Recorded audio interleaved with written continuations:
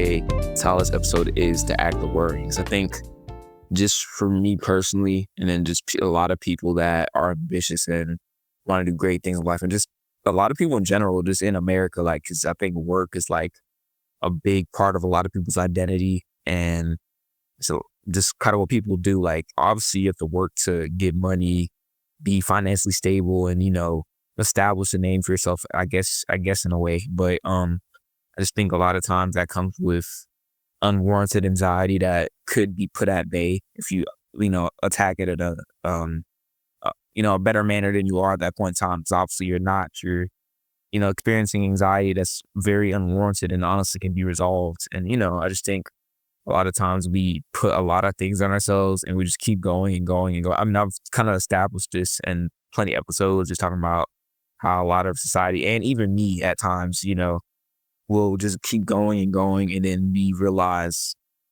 a lot of the stuff is kind of unnecessary and it'd probably be more sustainable to do a bit less, but a bit more effective. So anyway, there's a little context behind the title, The Act of Worrying, since honestly, this week I would say I've been less worried about certain things. So I've been listening to this book. I think I mentioned it last episode. I believe I did.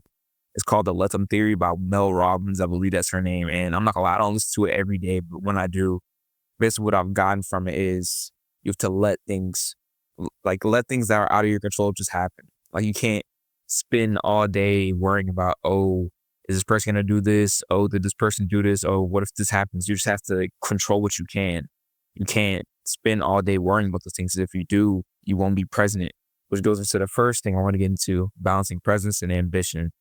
And I kind of put a note here. One thing that happened this week that kind of allowed me to be more present and not so worried about, oh, what about later? Oh, what about I have to plan this later? Because, I think planning and being ambitious and, planning ahead and, being aware of what's going on in your life is very important, not to the point to your detriment. And I think a lot of times in my life, especially recently this year, like, I've worried about things that haven't even happened yet. I've worried about shots that I haven't even taken yet. I've worried about things that haven't even come to fruition yet. And I'm not where my 2 feet are. Ooh, my camera just shook everywhere. I'm not where my 2 feet are at that point in time. And it was basically just an easy run. I think it was 4 miles. I believe it was Tuesday. I'm pretty sure it's Tuesday. It was the day after the workout. If you're curious, the workout was 2x600, 3x400, 4x200, then an 800, and the 800 at the end felt like your legs were just bricks. Anyway, don't want to get too deep into that because that's not really the gist of this episode. But anyway, just for context, pretty much I had a 4-mile easy run and I just wanted to really pay attention to how I felt on the run, like effort wise. I noticed, like, when I run, I haven't really thought too deep. I normally have my deepest thoughts when I walk, or honestly when I'm just alone, not really doing much, if that makes sense. But I was running and I was kind of deep in thought, not so much. I can't really remember what I was really thinking about, but the main thing I remember what I was thinking about was just being in that moment, being aware of how I feel.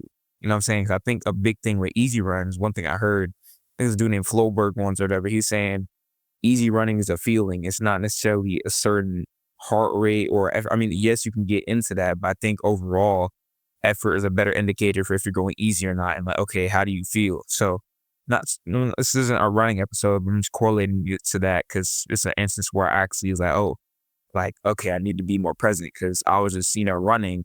I'm like, okay, I'm not too worried about a pace. I'm not too worried about my heart rate. I'm like, all right, how easy does this feel? Because it's an easy run, obviously, right?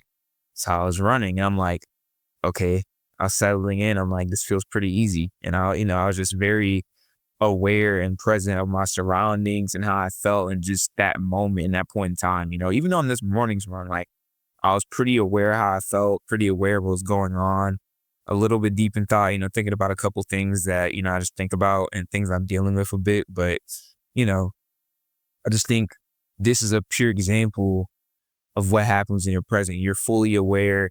You're where your 2 feet are at that point in time, and you can kind of go in a flow state and you can get deep in thought. You can be very present in how you deal with issues in your life and evaluate things that you want to do and things that you might not want to do, that are hindering what you're trying to do in life. So I think if you're not present, the ambition will be kind of meaningless. Like you're just chasing things just to chase it. You're just spinning your wheels just to spin your wheels, you know?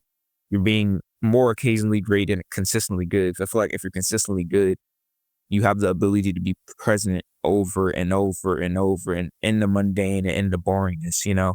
And I feel like if you're being occasionally great and you're just being ambitious with no type of intent, no type of presence, no type of awareness, you're doing things with it's not really it's kind of soulless. Like you're just doing things.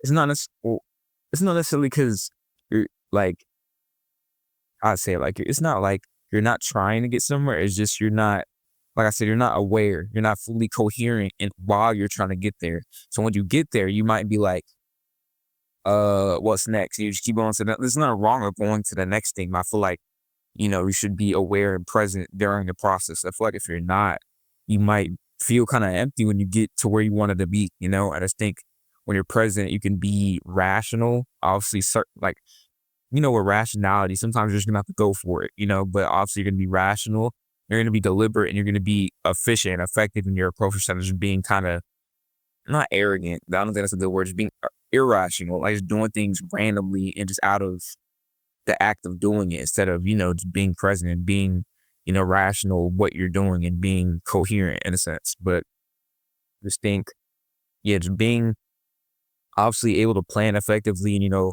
be ambitious, be very unrelentingly consistent, all of that, that's great. But I think, because also too, I think if you not even lean too much into ambition, 'cause I think they can be balanced and, in as one, if that makes sense. But I just think also you kind of miss out on opportunities with others. Like when, let's say you're hanging out with your friends, you're hanging out with your mom, whatever, because I've experienced this personally.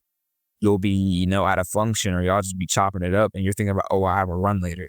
Obviously, running and lifting and fitness and just training and getting after is a big part of my life. But also, I kind of, especially like late 2024, I'm not gonna lie, I kind of like just kind of was like, I don't really, I would talk to people, but like, I'm like, all right, after that, I'm just gonna train. Like, you know what I'm saying? Like, and then while I was talking to them, I'm like, oh, I got to cook this later. I gotta meal prep this later. I gotta, run later.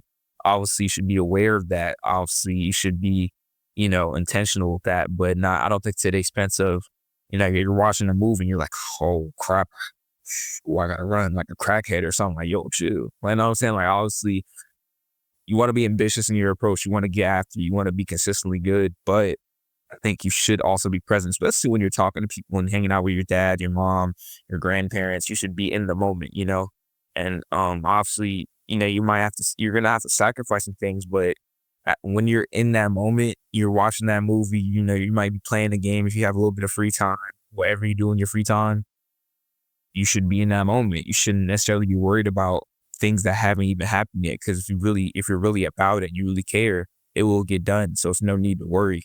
I think if you're not present too, just me personally, it's kind of like I feel like you don't really trust yourself if you're not present because you're worrying about things, questioning if they'll get done, but you've been doing them consistently for days on days on days. You've proven to yourself, what is my hair doing?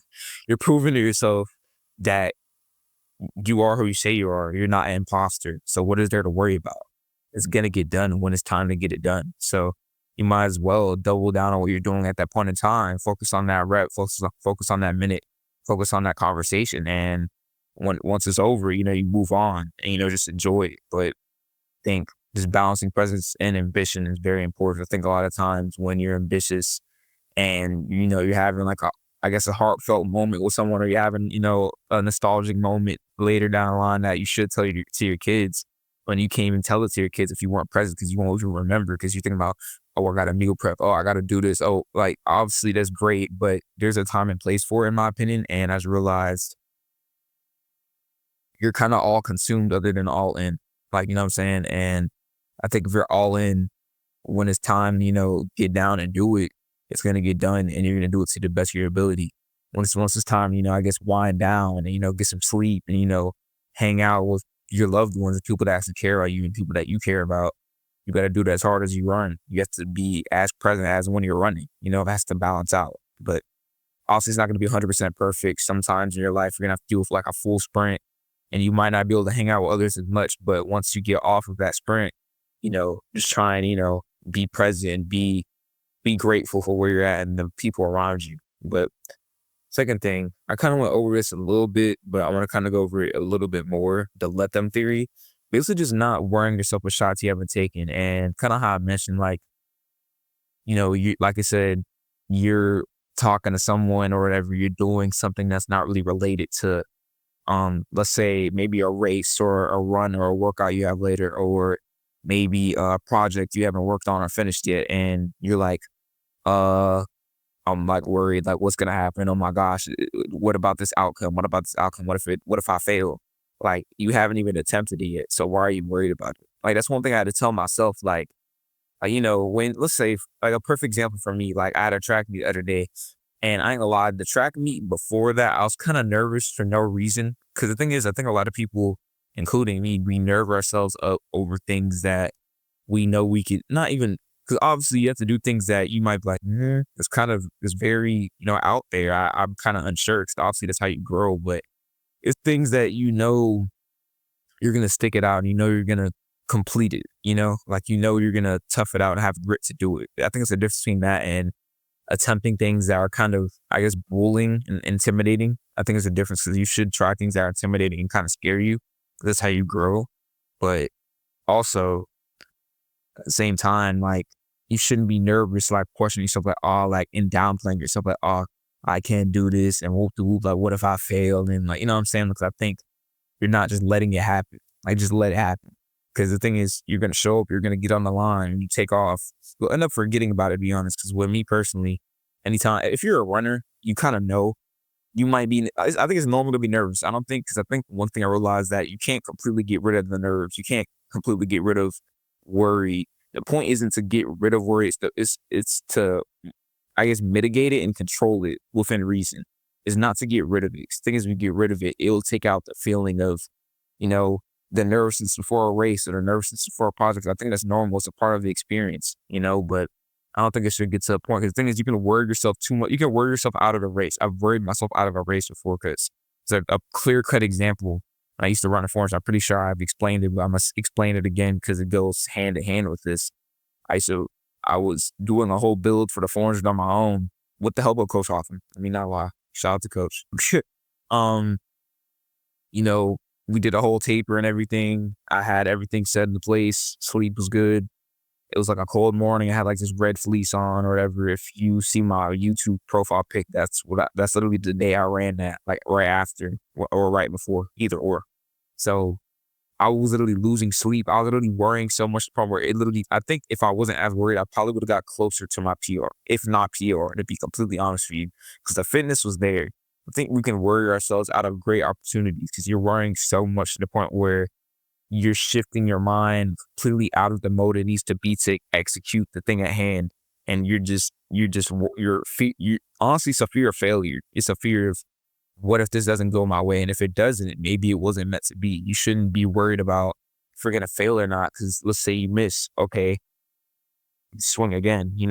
And at the same time though, you shouldn't go into saying, oh, I have another chance if I miss. So I'm just not going to try. That's not what I'm saying. You should still put out a great effort. But for me, another example, I was at 5:11 in the mile the first 2 weeks, stuck in a plateau. Now, obviously, I think the main reason was sleep. 'Cause my sleep was kind of inconsistent, to be honest. I mean, I've kind of hinted at that in many podcast episodes. It's actually been under wraps recently, other than the 4-hour bomb the other night from the track meet. We just got back late. I had to cook dinner.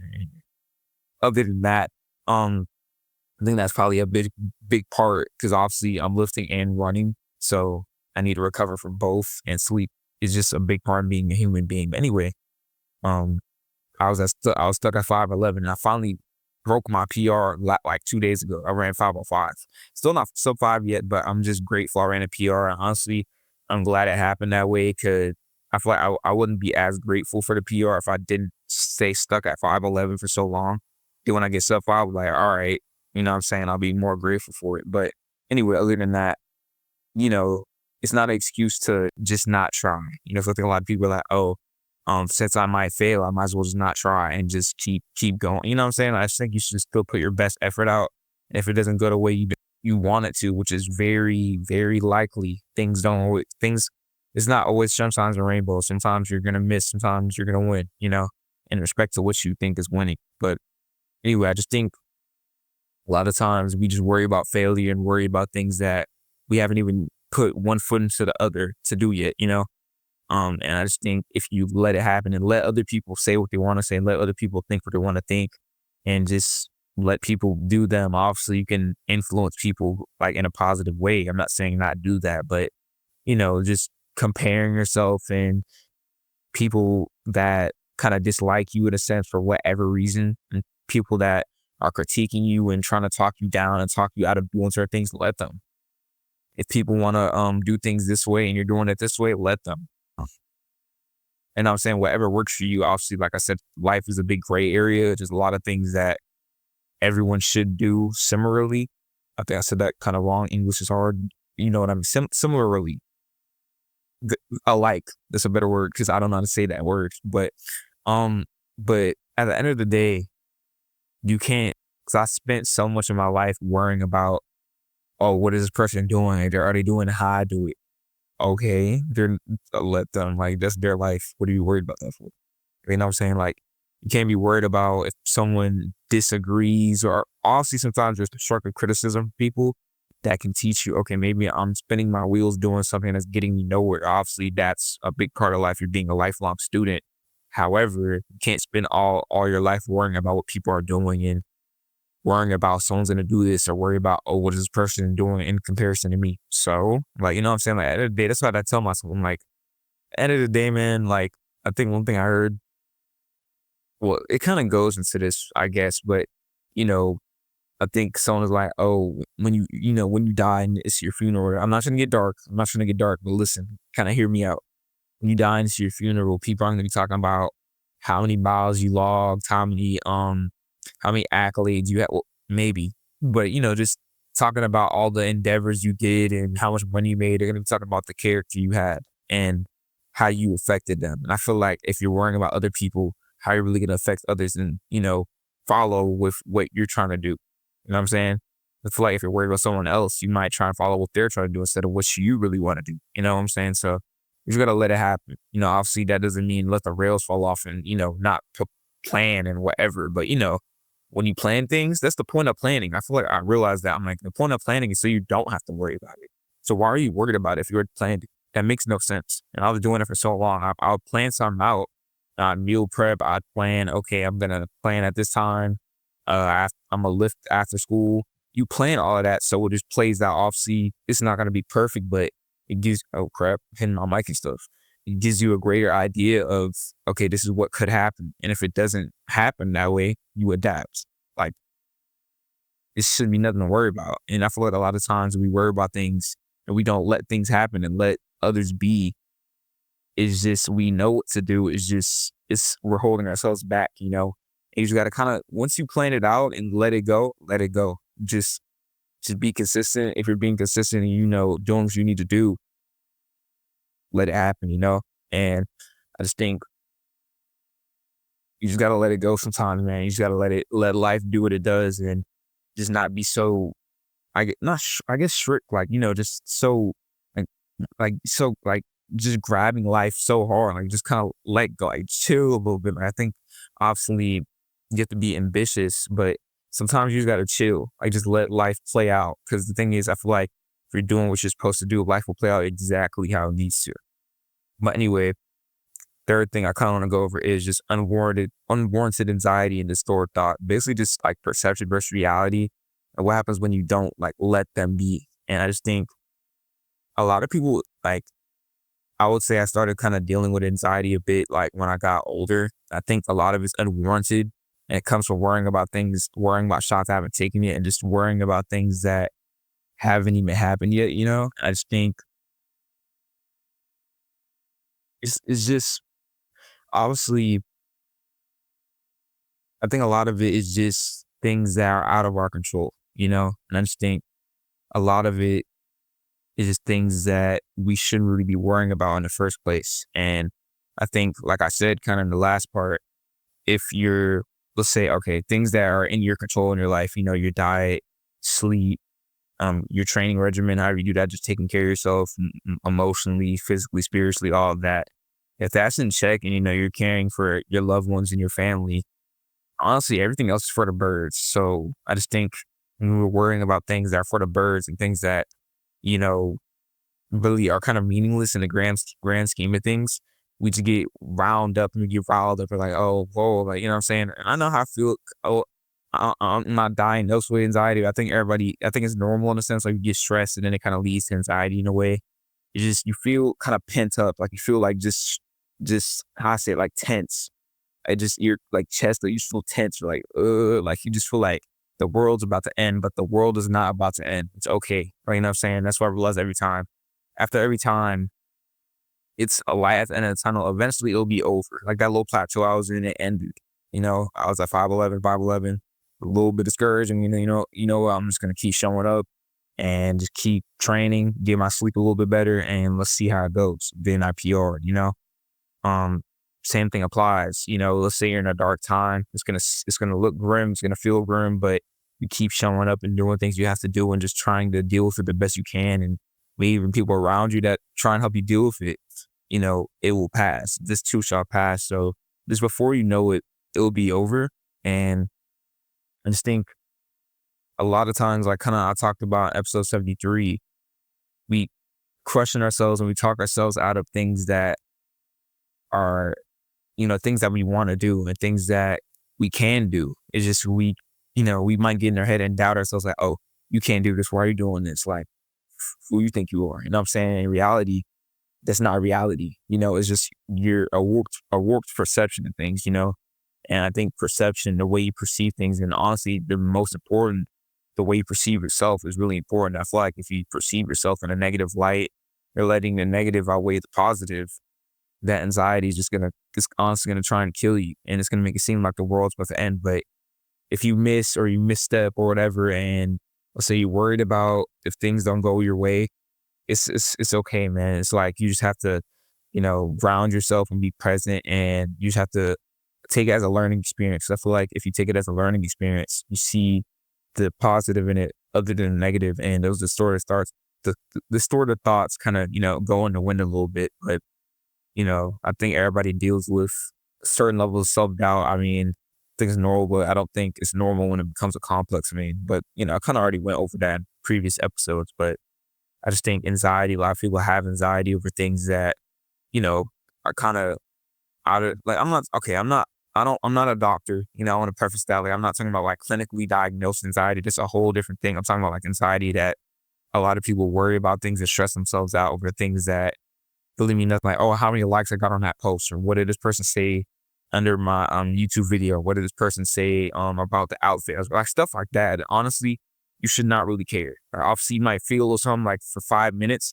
Once that 5 minutes is up, you got to move on to what you really want to do and things that are actually important in your life. You can't spend all life worrying about what others think and what others will say about it, because I feel like if you do, you let them dictate how you think of yourself. You let them dictate how you view yourself or how you carry yourself, and I don't think that's how it should be. I think honestly, what should dictate how you view yourself is your character and your actions, and honestly, the standard and the morals you hold for yourself. No one else can tell you how you really are behind the scenes because they don't see you behind the scenes. Like for me personally, I'm obviously out there on the internet.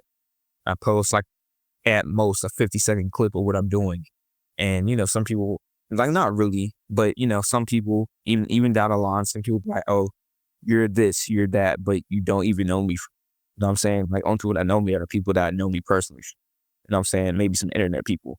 But in the grand scheme of things, you're seeing a finite clip of what I'm showing, me cooking such and such, and me running, me lifting. You don't see all the hours and all the stuff that I do. Same applies to you. If someone's trying to hate or, make you feel down, or, you're trying to compare yourself to what they're doing, you don't see what they do behind the scenes. They don't see what you do behind the scenes. So at the end of the day, I think that's a reason to really double down on what you're doing. Obviously you should care for others, but at the same time, if you don't care for yourself, who else can you care for? So other thing I want to go over, other than what I just talked about for a long time, belief comes before ability. And I think a lot of times obviously there's some things that we might think is unbelievable. Like maybe for some people it might be going out for a 3 mile run or an ultra marathon or a marathon, a half marathon, or maybe an Ironman, like things that seem, bro, that's OD. Like I would never do that. Like, you know what I'm saying? But at the end of the day, I think with consistency, the foundation of consistent work, it should be a confidence booster. And it reminds you where you come from, your standards, and your character. And honestly, this should negate the unwarranted anxiety over shots you haven't taken yet, and just negative thoughts that try and confuse you, you know? And it should, but I think for me, for so long, I would, obviously I would say I'm not sure sound arrogant, but obviously I'm very consistent, and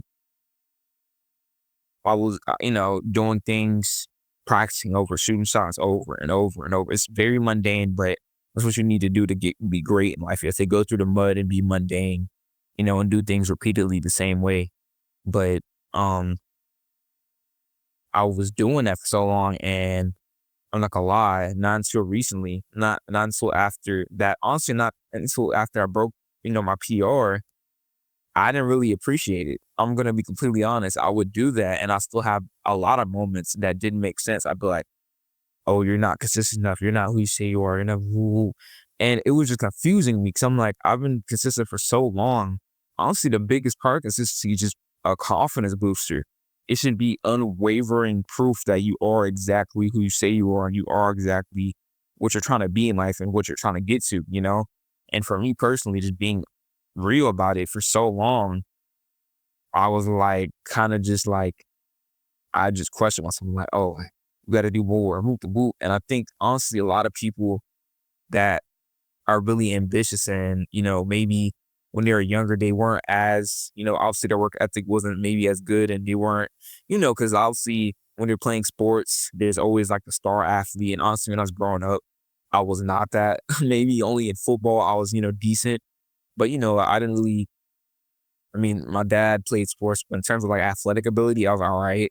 I didn't really start getting good at it until now, in respect to me. I'm not saying, I'm the best runner ever, but, I've obviously gotten better, obviously. So, I think when you come from that and then you get, progressively better, you just kind of get in the loop of it. You kind of forget like where you came from. And I think I kind of forgot where I came from. I forgot all the progress I've made over the years, and you're not grateful for it. And honestly, like I said earlier, when I ran that 511, I was actually like shaken like by something. I'm like, bro, like you're actually making progress. Like you need to be grateful for it. So I feel like, you know, if you believe in God or a higher power or whatever, I think it's something out there because there's really no way. Because I think honestly, I wouldn't be talking to you right now if there wasn't something out there. But I think whatever God or higher power or whatever you believe in, it sat me down. It was looking at my life and how I was thinking about things, and it's like, you know what, I'm gonna put you at 5'11". I'm gonna keep you there for like 2 meets. I'm gonna keep you there for like 3 weeks or so because it was like a meet. I think the other one got canceled within a meet. So I was at like 514. I ran my PR 507. I ran 514. Then I ran 511. Then 511. Then 505 eventually. But I think whatever it put me there, it was like, I'll put you at 511. I'm gonna keep you there. I'm gonna let you sit with that. And I'm gonna see how you react. And at first I was like, first meet, I was like, it's all right. Second meet, I'm like, because the thing is, I think also too, I hit a big PR on the 800, right? My PR before that was like 220 FAT time, and I ran 212. So I think they gave me that PR, and then they took away my PR in the mile, and they're like, okay, I'm gonna give you PR, but in the thing you really want to PR in, I'm not gonna let you PR it because you're not grateful for it yet. And since that happened, I'm like, you know what?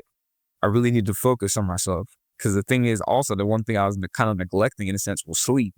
So I think that happened the way it's supposed to. Because it's like, oh, you're not sleeping enough, so you're not getting a PR. You need to focus. You need to reassess and be grateful and really take care of yourself. Like, Caden, what are you doing? I think that's what was going on.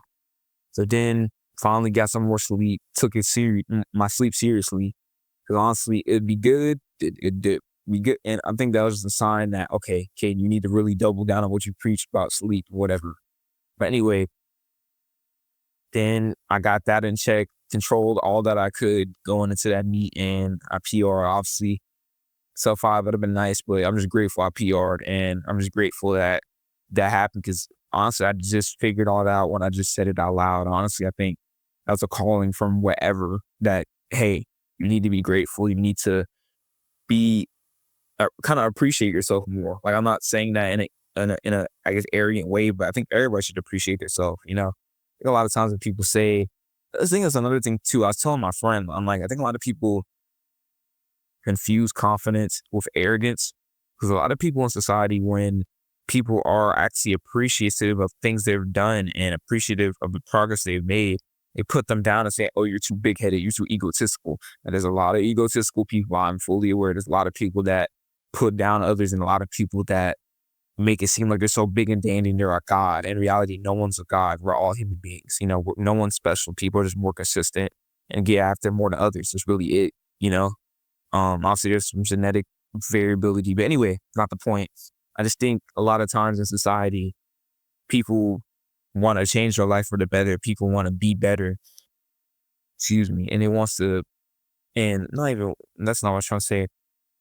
A lot of people are like scared by that because they're intimidated because they're not doing the things they're supposed to do. They're not being consistent. They're not being ambitious. They're not, getting after the things that they are a little bit intimidated by.